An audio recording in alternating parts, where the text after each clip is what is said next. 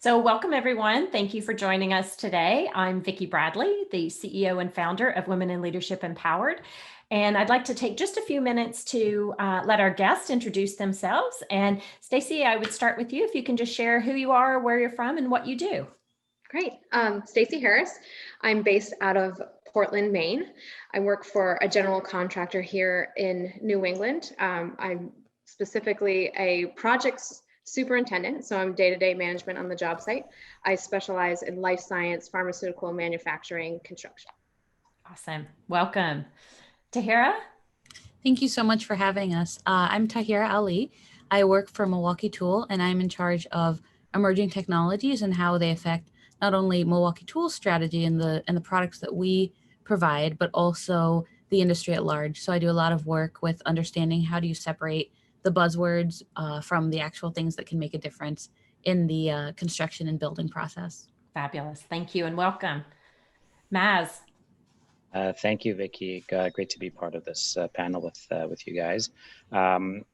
We are a real estate development company based in Toronto. We focus on a breadth of types of real estate, but are very sort of focused on driving social impact using real estate as our platform, with a core focus around bridging social inequity and driving urban resilience long term. Fabulous, fabulous. Well, welcome everyone. So excited to have you here and joining this morning's conversation. Today's all about how do we help women rise, and to talk about some of the diversity and inclusion challenges that we face in the industry. And fabulous that I have two women coming from the construction world and real estate, and very male dominated. So this conversation today will be, I think, a bit lively, and we look forward to questions maybe toward the end of our session. So let's just jump right in. Let's start talking, about what's happening in the industry. So if you think about what some of the current organizational norms are, or things that need to be challenged to chart a new path forward that prioritizes women actually in the industry, but also the inclusion, the equity. What are some of your thoughts on some of those norms that need to be challenged? Tahira, how about I start with you? That's such a great question, Becky. And I think what we're seeing with diversity and especially looking at bringing in different perspectives is something that mirrors the technology side of things and the productivity side of things. And this has been, especially for all of us, a year where everything has been challenged. And so it's especially powerful to look at things from the standpoint of, how do I continue to improve and grow my business? How do I continue to improve and grow the culture of my people, right? Because we're all here in different parts of the same process, different parts of the same industry. But at the end of the day, there's definitely, culture eats strategy for breakfast, right? It's not about just what strategic plans you make, but it's also about the people and the equity that you bring to the table and how you kind of elevate. And so that's really where we see a lot of opportunity, is that when you bring these diverse perspectives, when you bring people of different backgrounds, you're able to get more robust ideas. You're able to really start to strengthen everything about what you as a company, as a business, as a culture offer. Absolutely. Absolutely. And I love how you said that the diversity of thought is so important as we challenge some of those norms. And Maz, how about for you? Like, you come from the real estate world. What are some of those norms that need to be challenged? And I think the often the default is that, we're going to hire so-and-so because they have the experience. We're going to hire so-and-so because they have the track record. And the reality is, the track record and the experience is often male. And it's often sort of not diverse, and it's often sort of, it's limited to more of a repetition of what it is. And I think it really starts with sort of the intent and the recognition, building on what Tara was saying around sort of the diversity of thought as something that begins to actually to drive the impact to the bottom line of the business. We're firm believers that the kinds of impact we're talking about aren't on an altruistic basis. These are actually the future of good business practices. And the need to drive that kind of leadership comes with the success of driving the business as well, and to see that correlation. But it needs a fundamental mind shift to be able to sort of see that alignment of culture becomes the underpinning of this, because skills are things that people can always learn. Culture is what accelerates organizations into what their future is. And for me, that is sort of paramount in the way that we've built the business. Our business today, we're a small business. We're about sort of 50 people, but we're 50% female in our business. Congrats. We're 65% BIPOC in our business. Our leadership team is a third. There's a third woman. Our construction team is 40% woman, right? Like, so to me, you know, and I take incredible pride in that, because at the heart of the difference between men and women leadership is what has become sort of glaring for us in times like COVID is empathy, right? The empathetic sort of strength of leadership, which underpins culture, is what we need to be driving into the future. Absolutely. Absolutely. And I love what you said there about, because you have embodied this. It's now become part of your DNA. It's not just the tick box that, hey, yes, we're diverse, we're inclusive. And so it sounds like you've really, you know, embodied what needed to happen, and which provides you a much better platform, not just within your organization, but it's also what you're representing to the community at large and the customers that work with you, right? Absolutely. So Stacey, I know for yourself, like, you know, you're a superintendent, you're on the construction job sites, you're probably one of the only females. And one of the comments I hear often is, how do we get women? So maybe talk about, you and Tahara both, talk about how do you attract you to these jobs? Yeah. The thing that was always, I can speak on my personal experience, was there was never a norm in my family on, you know, this is the box that you live in. And it started at an early age of, you know, I loved Barbies and I loved to sparkle, but then I loved to work in my grandfather's wood shop, and I loved to work with all the tools, and that was okay. And that there were, you know, excavators and bulldozers, and that was always something that I just loved and was always around. And it was never, oh, that's just for boys or girls or not. And I certainly think that has gotten better, but it was just part of who I was, starting at a young age, that, you know, you can mix both glitter and construction at the same time. It's fantastic. So I think if you start it young, that it's an industry that's thriving, and that we are having a lot of labor shortages. And so women need to come into the industry to help us with that. We have a very aging workforce. People are going into retirement and there's no one to replace them. We have untapped resources with women, because I don't remember what the latest stats are, but there's not a lot of women in the construction industry. And we give great perspective, great empathy, and really a community feel as part of the job site. So I think if you start it young and encourage women to get involved, and then I never knew engineering or superintending was even an option. Early on in high school, there was recruiters that would take the girls that were accelerating in math and science and stick us in a room and say, here are all the options. Do you love math and science? You can do this for a career. Here are options that you have. And then they went through and they're like, do you love Legos? I said, yes. And they're like, you can do Legos real life. Here is the engineering degree. And it was just something that I just never knew. I just knew what I liked. So trying to bridge those passions, and then with careers that make sense, regardless of where you look like or where you are. So that's great. Awesome. Thank you.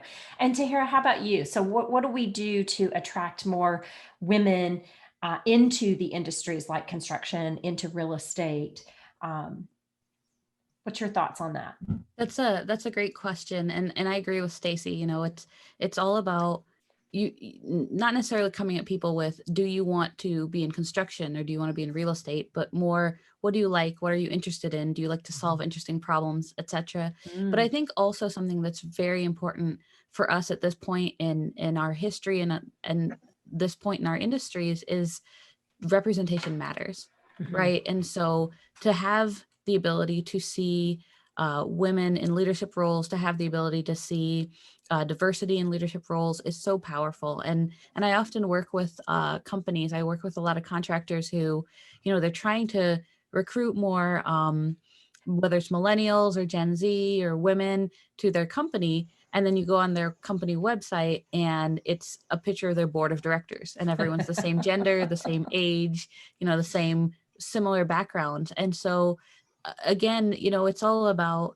elevating the talent that you have within, but also maybe for those who have younger talent or who have talent that's just starting to burgeon, getting those people in front of the recruitment, giving them leadership positions to help represent the organization internally and externally, because what that allows you to do is that allows you to create a vision of not just where you are today realistically, but also where do you want your company to go and how do you want to grow?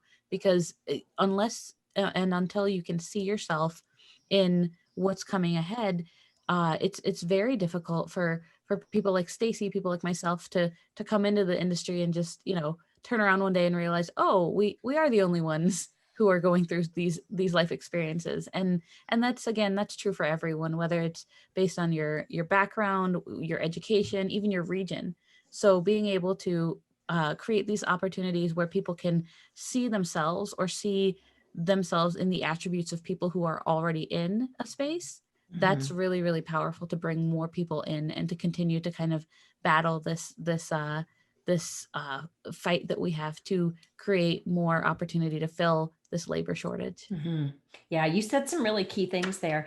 So even optically, like what you're representing with your company, is it attracting people of diverse thought, or you know, whether it be race, sex, orientate, like it doesn't matter. Like, are you attracting that? And Maz, like you've been very successful at creating an environment that is culturally diverse. You know, what are some of the actions that you've taken to, you know, remove some of those systemic barriers? So to build on Tara's comment about sort of the website, so we actually list every single one of our team members on our website with a photograph of them, and we've been told numerous times, and in the recruiting process, as to how meaningful that was for people, because they felt as though right off the bat that is being communicated in terms of diversity and inclusion being part of the organizational ethos.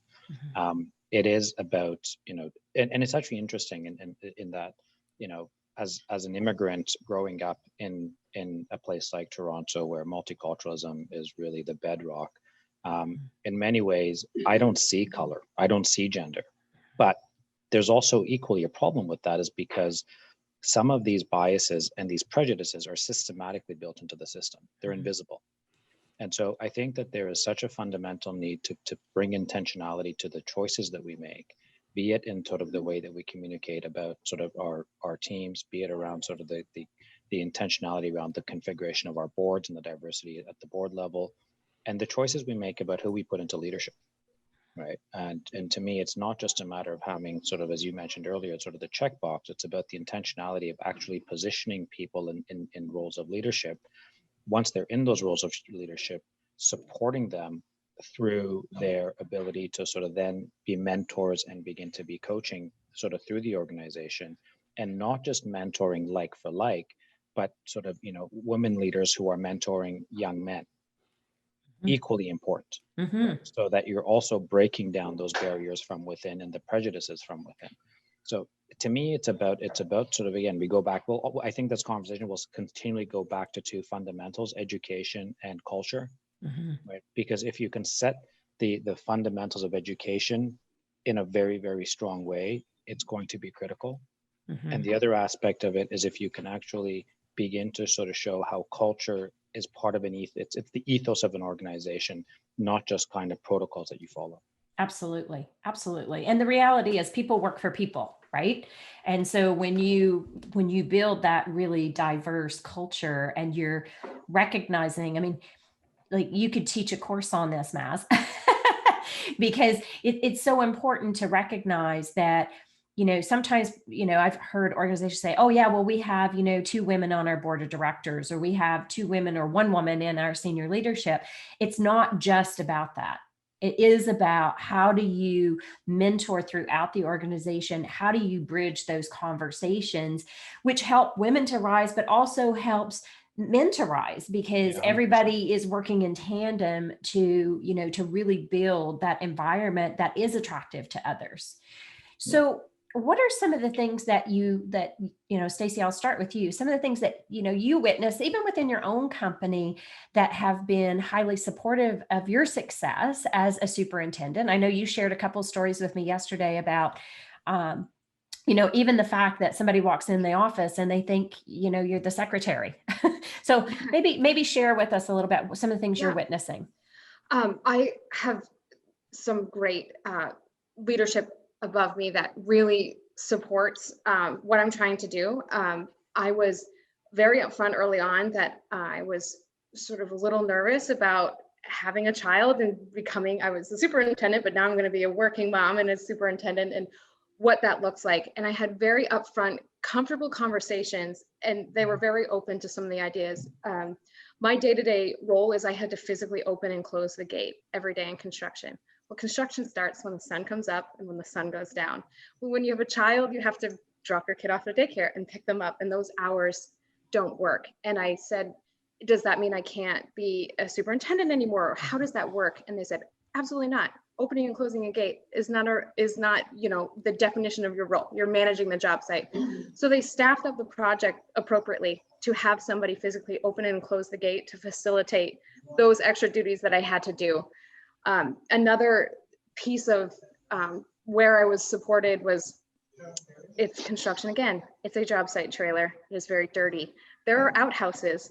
I did choose and was very fortunate enough to be able to nurse my son. Those activities are very private. In construction trailers, it's an open door. Everyone's in and out. I was given office. I was given a refrigerator to store certain items, and it was no questions asked. You tell us what you need, we'll make it work. And I felt comfortable, and I felt like they were in this journey with me. Mm-hmm. And so those were some of the items that made me feel included. But I would say one of the biggest things, even before I had a child, was when I walked into the room, I was invited into the room and was introduced with my title. Oftentimes, like you had mentioned, people will come in and say, hey, will you make these copies or will you do this? Just assuming that I'm the secretary. It's like, well, no, I'm actually the supervisor of the site, but I can make those copies for you if you need. I'll show you how to use the copier, but I can also help with other items. But I would have the managers and the leaders above me when I came into a room and said, this is Stacy. She's the project superintendent. She's here to help you with X, Y, and Z. Mm-hmm. And so that was just sort of out there. I was welcomed into the room, and then they were saying, here's her title. Here's where she fits within the organization. Made me feel included. Didn't make me feel uncomfortable that I needed to, step up and announce and take space into the room. It was more of, hey, welcome here. This is where you fit at the table. So some of those simple things, just, who are you? What are your title? And then what do you need on this next journey, whether it is children or not children or whatever you choose. Very supported within the organization. That's terrific. And so a couple of things that I heard you say there is, first of all, the importance of your own voice. So you were able to speak up, you were able to share what you needed in order to be successful. They had trusted that you were the right person to put into this role, but they also in turn supported you by making sure people knew you weren't the secretary, that you were part of this organization in managing and leading and influencing the workforce that reports to you, right? Yeah, that's terrific. So Tahira, how about yourself? Like, what are some of the, what are some of the things that you've witnessed that have made a difference in your success and the role that you have at Milwaukee Tools? I would say that one of the most important things, and we've hit on this a little bit already, but this idea that as a leader in your organization, the leadership needs to show up. The leadership needs to be visible, and not just hearing what employees are saying, which, as Stacy mentioned, is so important and allows you to feel, this extra strength of loyalty and the bond with your company, but also you need to be able to see the human side of your leaders. And no matter who you are, no matter what your title is, if you're listening to this, then you're a leader, right? Because you're already trying to elevate, you're already invested in working on this part of your culture, your team, and creating that stronger resilience. And so for Milwaukee Tool, it's everything from, I started at Milwaukee. I did a lot of research and development as a young engineer within the organization. And from the moment I got there to, now leading an entire initiative, an entire team and department of my own, every step of the way, I had at least, a handful of executives, if not the whole company, that knew my name, that would stop by my desk, or you would see them commonly walking around. And even now with the pandemic, one of the things that Milwaukee has been great about, but also a lot of other organizations that have really, shown that they can thrive in this environment, is having town hall meetings, having skip levels, having, the webinars or the frequent updates, so that you're able to see what's happening, and so that you have that line of connectivity, because it's not just about showing up for that boardroom meeting. It's about showing up and giving employees all along every level of experience and every level of their own career a chance to feel like their voice is heard. And so that's something I think that's very, very important. And then the other thing too, which we work on a lot at Milwaukee Tool, is celebrating the culture. So we have things like, we have our culture words that kind of define who we are as a company. And those words were made, through a process that involved all levels of voices within the organization. And they lead to things like, for example, we have employee nominated awards, where you can nominate a peer, a coworker, a boss, a friend, and say, this person really demonstrated their ability to be never satisfied, always improving, or this person really demonstrated their ability to drive results.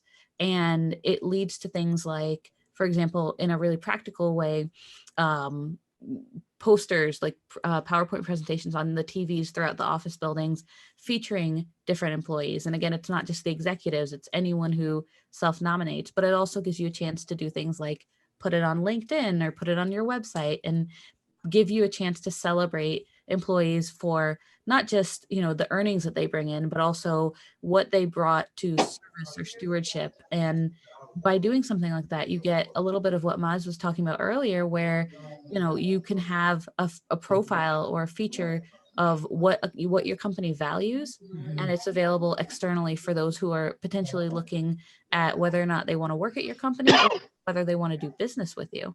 So they see, what is your company about? And that's been, I think, something really, really powerful, because you don't think it makes that much of a difference, but the chance to, get your face on the PowerPoint at work is something that it is a sense of pride, especially for those who are kind of starting out in their professional careers.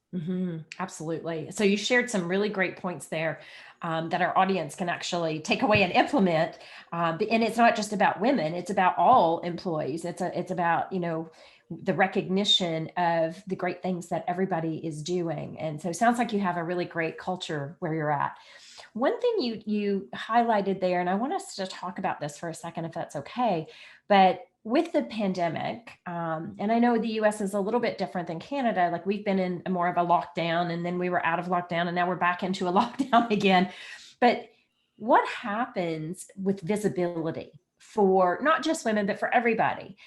So one thing I hear a lot from my clients is, I'm having a hard time, my boss even having a touch base with him, because it's sort of that out of sight, out of mind. And so they're feeling like they're being passed over for opportunity. And Maz, maybe I'll start with you on that one, because you have such a diverse workforce. Like, what are some of the things you're doing to make sure that, to Hera's point of highlighting the team that you have?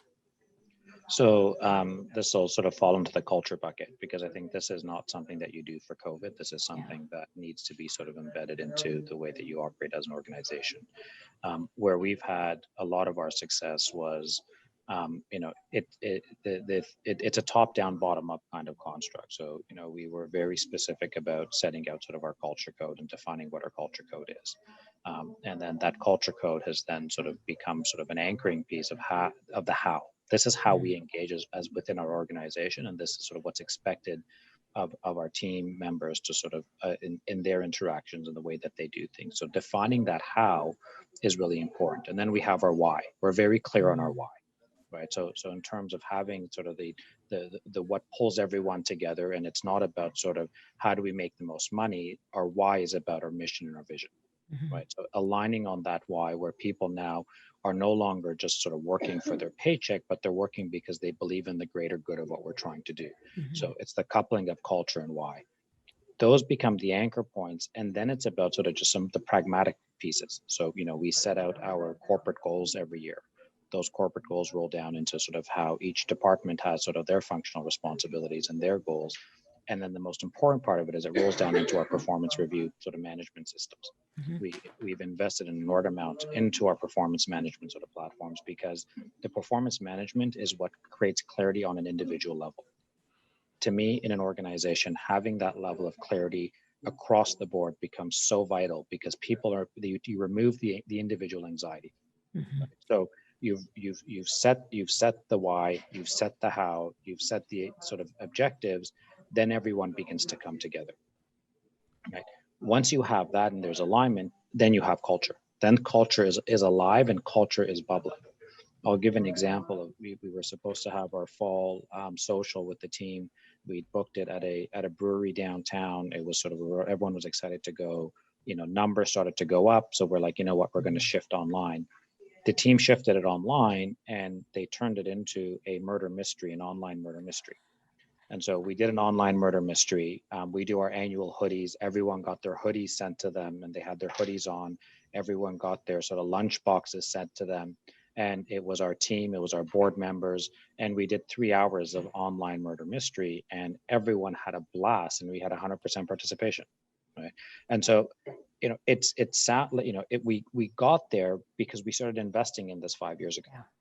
Yeah. Right? And so, to me, this is one of those things that, making those decisions to invest when you don't need something is when you need to be doing it. Yeah. Because you begin to sort of put into place the foundations, and those foundations you begin to sort of harvest once you need them. And a sort of a situation like the one we're in today is exemplary of when those kinds of investments come to roost. Yeah, can't agree more. And it does start from the top and it trickles through the organization. For sure. So why do so many companies have difficulty with that? So the three of you clearly are working for organizations that have strong cultures, are highly diverse and supportive, and are doing things proactively, to your point, in making sure that people are included. But why is it so many organizations struggle with doing that? And I'll throw that out. Tahira, do you want to start with that? Yeah, absolutely. And I think a lot of it has to do with inertia, right? It has to do with the idea of, I've always done things this way. This is the way that I came up in my own career. This is the way to do things. And again, I look to you aren't, the processes of how we build, the processes of how we communicate as a team, as a culture, as a company, that's changed so much from even 6 months ago, even a year ago. And so it would be so difficult to just kind of stay in one path and never change your processes. And again, when you look at whether it's people, whether it's process, whether it's technology, there always has to be a hunger to continue to elevate your organization. And that's really when you start to see the change. That's when you start to build momentum that you can continue to grow on. And I think, Maz brought up a really good point of, you build the equity when it's not critical, so that when you come to these crises, when you come to these moments where, things might be harder for you or your organization, now you have that foundation, now you have that resilience to continue to kind of drive things forward. And so whether you're looking at it from a general culture, a way to elevate your leaders, or a way to bring up, employees of different backgrounds, or new or younger employees to become leaders in your organization, whether you're looking at different ways to motivate, all of these things, the worst case, you get a stronger culture. The best case, you get stronger leaders in your team. So it's kind of a win-win situation for you. Very well said. Very well said. Thank you. I still have a struggle, though, with why it is so difficult for organizations to understand that, because ultimately people are more engaged. They want to be part of the company. They want to really make that shift so that they feel good about coming into work.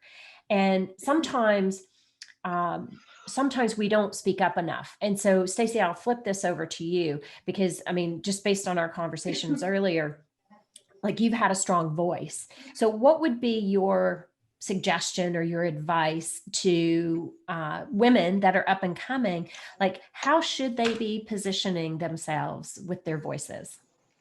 I've always been an advocate for just say what you need. Most of the time, people just don't know that you're going through whatever, or that you need just a lock on your door, like very simple items that are very easy to do. So just speak up in a platform that you feel comfortable with.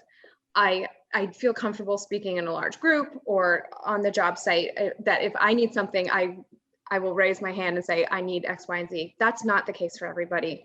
Mm-hmm. So in a lot of these sort of barriers that people are seeing, it needs to come from the bottom up, and it needs to be expressed in a way that people feel comfortable. Not everyone's going to feel comfortable going to HR saying, here are these issues. I need a lock on my door. Like very simple items.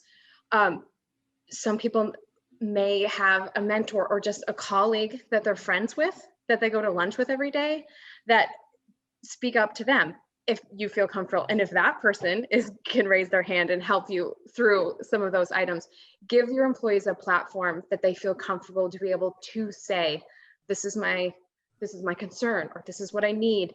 And it's not always going to be directly to a supervisor. It could be to a colleague that can speak up for them. It could be through an email. People feel comfortable writing emails. It might not always have to go to HR, and then it needs to get to a decision maker and a leader doer. It can't just get stacked into this is something that we would like to do. And if you can build those relationships as part of your culture, then those conversations are going to be really easy to facilitate through the organization and get them to people that can make those changes, because sometimes they're not easy. In my certain case where I needed a wellness room or a mother's room, we don't even just call it a mother's room because there are other needs other than for mothers. That's not going to come. That needs to go up to a little higher level, but it's give people a comfortable platform that they can speak up. But most of the time, and the majority of my career, what I've asked for, they just had no idea that this was my issue, and I was giving myself a lot more anxiety about it. But everything was addressed in very simple needs. And what my concerns as being a working mom could be different than somebody else's. Mm-hmm. So the other thing is, don't blanket, okay, this is what we're doing for all working moms, or this is what we're going to do for all women. We're all different in certain needs. Everyone has specific needs. So trying to be able to communicate that out and trying to be flexible through pandemics, through through industries ups and downs. So that's great. That is terrific. And so a couple of things that I heard there was, use your voice, right? And help people to understand that we're not all the same. We have different needs, but also to be an advocate. So being an advocate to, if somebody's struggling to have their voice heard, to help them be able to, bring that voice forward. So that's terrific. Thank you so much. So when we think about, the power that's, Vicky, can I just quickly do a little add-on to what Stacey said? Yeah, of course. Okay. Yes. The one thing that I think is really important in this is that I'm an avid believer that everyone should have the ability to say anything that they want. It's in the how. It's in the how. And I just would want to sort of really emphasize that, because sometimes these conversations get translated as, oh, well, I heard that you should just sort of tell everyone what you want. Well, yes, but it's in the how. Of course. And yes. And a big part of that is, we always talk in the organization around the fact that anger and fear are the two sides of the same coin, right? Very often, anger comes out of a place of fear, right?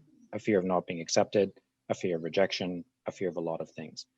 If there are things that are making you angry, figure out what is it that you're afraid of that's triggering that fear, right? If you take that and you couple it with the how and the communication piece, magic happens at that intersection. Yeah. And I think there's something so empowering about, and the reality is you don't always have the space and you don't always have the platforms to engage in those ways. But the way that Stacey approached it in terms of you don't have to just do everything on your own, right? You're not alone. No one is ever alone. We choose loneliness in many instances. And so wanting to, and sort of how you build the relationships and the cohorts around and within an organization becomes as powerful as the culture that's there.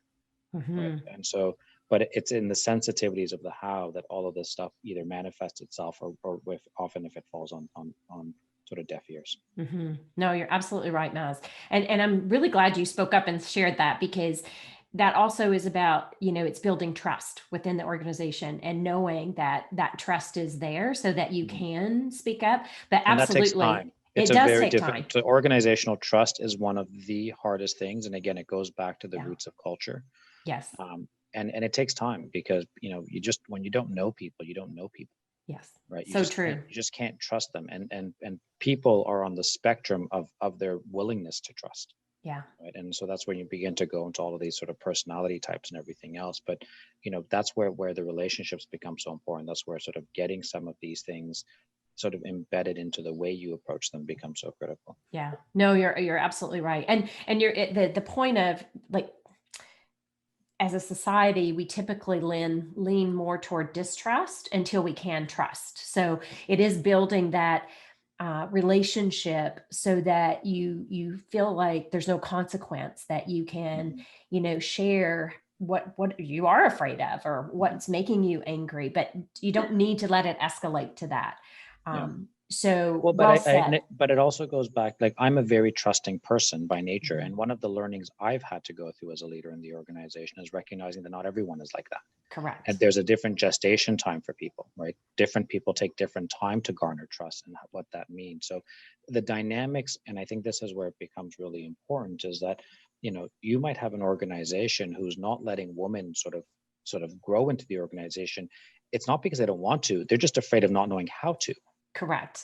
Right. Yes. And so that sort of bottom up trust, earning that trust bottom up, as much as it is about earning that sort of trust top down, it's about an ecosystem that we're trying to build. And that ecosystem needs all of its parts. And hence why the communication piece becomes so critical and so vital in this. Mm-hmm. And where the how in the communication is what will ultimately unlock the opportunities. Mm-hmm. No, you're absolutely right. So so I love how you frame that, and I couldn't agree with you more. And I mean, I do a lot of training on, how to build trust in organizations. So what do you feel like companies can do? And I'm throwing this to all three of you. What can companies do to help with that how? Because today you have those cultures. So what does another company need to do to be able to get comfortable with the uncomfortable and create the means of how to do that? Tahira, how about I start with you on that? Absolutely. And one thing that I would say for everyone listening is that, to Maz's point, we're talking about a lot of different things and a lot of different experiences. And really, for those who are trying to understand how to implement some of this or trying to elevate or escalate your company or your team, pick one thing, right? Pick one small piece that you want to incorporate into how you do business, or you want to just even marinate on, because change doesn't come from doing everything at once. It comes from picking one tactical step and implementing it and seeing how that resonates with your organization. So all of these things, while these are our experiences and they all lead to ideal experiences or growth states for us, it doesn't necessarily mean that you should take them all on at once, for sure.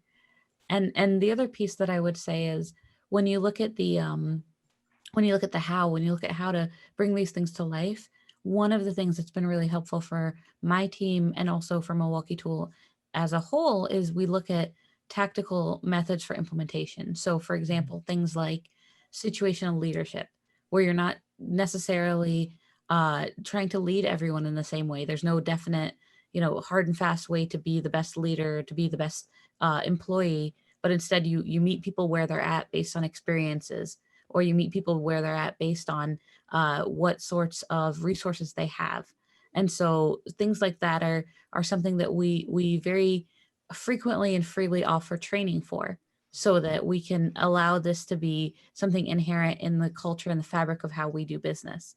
Another thing that's really beneficial is we're now at this intersection where we have 5 generations in the workplace.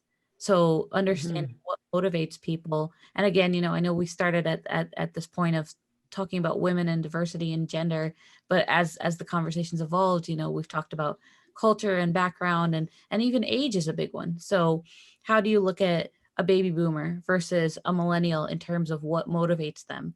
And also too, tactically, don't just try one thing, but make sure that you're reaching people in multiple ways, right? We have emails, we have IMs, we have employee communications, we have paper, physically mailing something. So picking up a phone. So how do you figure out multiple ways to figure out your message, be clear on that, but use multiple avenues to get that message out? So I love that. And so an example you had shared with us was about the young guy who did gaming. And because we were talking about diversity of thought earlier, and maybe just share that example if you don't mind. Yeah, absolutely. So again, I'm looking at not just for Milwaukee Tool, but for the entire industry. How do you apply new technologies or new emerging ideas? And one of the things that I see over and over again is an example of how people with diverse backgrounds can really bring their background in and help to elevate and escalate urgency in a company. So, for example, one contractor that I work with, they've become the benchmark for virtual reality and having digital walkthroughs, not just to, for QA/QC, but also for the early portion of selling an owner or getting buy-in or doing advertisement on a specific construction project by having that digital, experience that clients can walk through, or potential customers can be able to see that, that vision of where a building's going. And what's powerful is the person that really has spearheaded and been the cornerstone of their virtual reality movement. He has a degree in video game design, and he came to this company 5 or 6 years ago with blue hair. And when he came in, he started and he did estimation, and he was doing layout, and it wasn't that his background in video game design was necessarily at the forefront, but instead he got this foundational experience on how to build buildings and how to lay things out. And so when the time came to say, hey, this new technology is coming up and we want to really get involved, now this was an opportunity. And because this individual felt comfortable, because he felt heard, he felt like he could speak up, he said, well, I have a background in creating 3D spaces. Is that helpful? Can this be a part of what we do? And again, this allowed this organization to escalate and become one of the best, one of the benchmark in the business, because they happen to have someone who on the outside might not have looked like a traditional, member of a professional business or of a construction company, but his unique background allowed him to help the company really thrive and put an edge on things. And so again, it's all about how do you look at people from the skills they have and not just where they're at today, but where could they go? I love that. I love that. And Maz had said that earlier as well about how, it's opening up your mind to what are the possibilities of an individual, regardless of, sex, religion, race. It doesn't matter. It's just being open to that. So Stacy, any parting words from you of how you would like to see women be more supported or amplified in the workforce? Yeah, mentor mentee gets brought up a lot. I wish we could find a new buzzword, but it's getting access to leadership and being able to feel comfortable. Something we do within the organization is we book quarterly for the whole year, coffees once a quarter, and it's with the leaders that I feel most comfortable with and have the most similar passions or ideas. It was not forced, like, okay, you're in the same department and you're close, you're mentor mentee. It was organic. It was, we were having lunch and a barbecue out in the office, and conversation started, and then emails go back and forth, and it was like, hey, we have a lot of similar interests. And then it just merged into once a quarter coffee. But then you have those, and it's never an agenda. It's just what's happening in the state of the world now. But then when something does come up, I now have access and feel comfortable, and I have the sponsor of somebody who's interested in my career and my development, whether they're in my department or not. We just had similar interests, and it makes me feel connected to the organization. So we try to facilitate that throughout the organization. It's not, you're a woman, you're a mentor, mentee. That's not always the case. If you pair me with somebody who was in accounting or marketing, I'm a project superintendent. I don't know anything about marketing, but yes, we're both women, happy to have those conversations, but making sure that you're pairing people that would have similar interests and making it more organic and not forceful, but getting people of diverse backgrounds together. So don't have everybody in the same boxes and the same groups. Is try to mix it up and try to get some of those conversations going. Fabulous. Fabulous. Thank you. That's a great share. Maz, any parting words that you'd like to share? Listen, I think it circles back to what we've sort of talked about. I think, a lot of it is clarity around your own why. Start with your own why. And I think that becomes foundational. And that once you have your own why, set out that intent. And I'm a really big believer in that. The intent that you set out becomes a powerful guiding sort of force to what you can achieve. The only caveat to that is that it's not a straight road. And that willingness and that openness to be sort of flexible, to sort of, what seems like a setback is actually a rerouting to a better place. And so really just sort of doubling down on that and just, you've got to go slow to go far. And I think that's often something that is overlooked, that there is about sort of a pace setting aspect and those things. So, set your purpose, set your goals, be clear on your intent, and sort of, be patient, and just, make it a passion play. When you're living out your passion, it's not work. Yeah, exactly. Well, and I think you all have said today the importance of, trying, experimenting, doing different things, not having a very linear way of looking at things, but experimenting so that it's situational. It's understanding the individuals that you're working with and how do you get the maximum engagement from them, but also helping them to be as successful as they can be. So, Maz, did we have any questions that came up? Did you see anything that popped up? We had one question that was posted. Is it a matter of leadership or a lack of talent? I think it's a great one. That's a great question. Anybody want to take that on? I think part of leadership is finding the way to bring out talent in your team, finding the way to bring out, and again, the example with video game design, like it's not necessarily traditional talent. It's not necessarily what might be orthodox, but again, understanding how your team is motivated and understanding how to bring out the best in them and figure out the right purpose for people. That's a really powerful thing. And one thing that I would also say is, listen to us, figure out what resonates with you and your culture and your team and where you're at today, but also feel free to query your own company, right? Because what works for each of us might not be the right thing. And that's where it comes in from the talent of being the right kind of leader to understand that not everyone's the same and meet people where they're at. Well said. Well said. And yes, and I would agree with you. I think that leadership is all about influencing and bringing out the best in people. So, it's identifying that talent and what are the strengths of those individuals and how do you help amplify that? That is our role as leaders, right? That's my 2 cents anyway. So I want to thank all of you. This has been a great conversation and really enjoyed, having the dialogue and meeting each of you. And I hope our audience has enjoyed and picked up a lot of great tips because you guys have shared some really brilliant information. And let's hope that more companies start to embrace the cultures like your companies have, where we are amplifying, all the many different talents and voices that we have. Any parting words? Thank you, Vicki. Thank you for guiding us through this conversation. No problem. Tara, Stacey, thank you.